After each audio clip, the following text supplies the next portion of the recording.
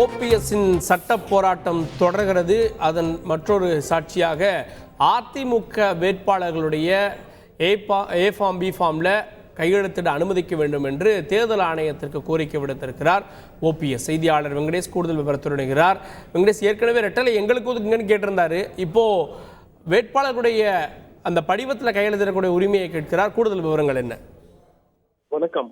அதிமுக முன்னாள் ஒருங்கிணைப்பாளர், குறிப்பாக முன்னாள் முதல்வர் என நாம் குறிப்பிடலாம், தமிழகத்தின் முன்னாள் முதல்வர் ஓ பன்னீர்செல்வம் தேர்தல் ஆணையத்தில் ஒரு மனுவை அளித்துள்ளார். அதில் மக்களவை தேர்தலில் அதிமுக இரட்டை இலை சின்னத்தை பெறுவதற்கு வேட்பாளர்களின் வேட்பு மனு ஏபி ஃபார்ம் அந்த படிவத்தில் கையெழுத்திட தனக்கு அந்த அங்கீகாரத்தை வழங்க வேண்டும், அல்லது இரு அணிகளுக்கும், குறிப்பாக தற்போது ஓபிஎஸ் அணி இபிஎஸ் அணி என இரு அணிகள் இருப்பதால் அந்த இரு அணிகளும் இரட்டை இலை சின்னத்தில் போட்டியிட அனுமதிக்க வேண்டும். இரண்டு கோரிக்கைகளை அவர்கள், ஒன்று தான் கையெழுத்திட அங்கீகாரத்தை வழங்க வேண்டும், அல்லது இரண்டு அணிகளுக்கும் இரட்டை இலை சின்னத்தை ஒதுக்க வேண்டும் என கோரி ஒரு கோரிக்கை மனுவை அளித்துள்ளார்.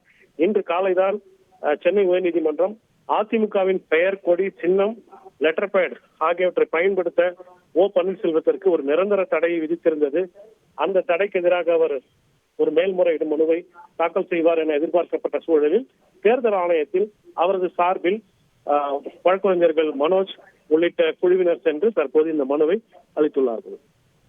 கூடுதல் விவரங்களுக்கு நன்றி வெங்கடேசன். தேர்தல் ஆணையத்தில் A form B form AIADMK தொடர்பான படிவங்களை கையெழுத்திட அனுமதிக்க வேண்டும் என்று ஓபிஎஸ் கோரிக்கை விடுத்திருக்கிறார். இதில் என்ன முடிவை தேர்தல் ஆணையம் எடுக்கப் போகிறது? ஏற்கனவே சூரியமூர்த்தி தாக்கல் செய்த அந்த பெட்டிஷன் மேலே தேர்தல் ஆணையம் இபிஎஸ்க்கு கேள்வி எழுப்பது, இதில் என்னன்றதை பொறுத்திருந்து பார்க்கலாம்.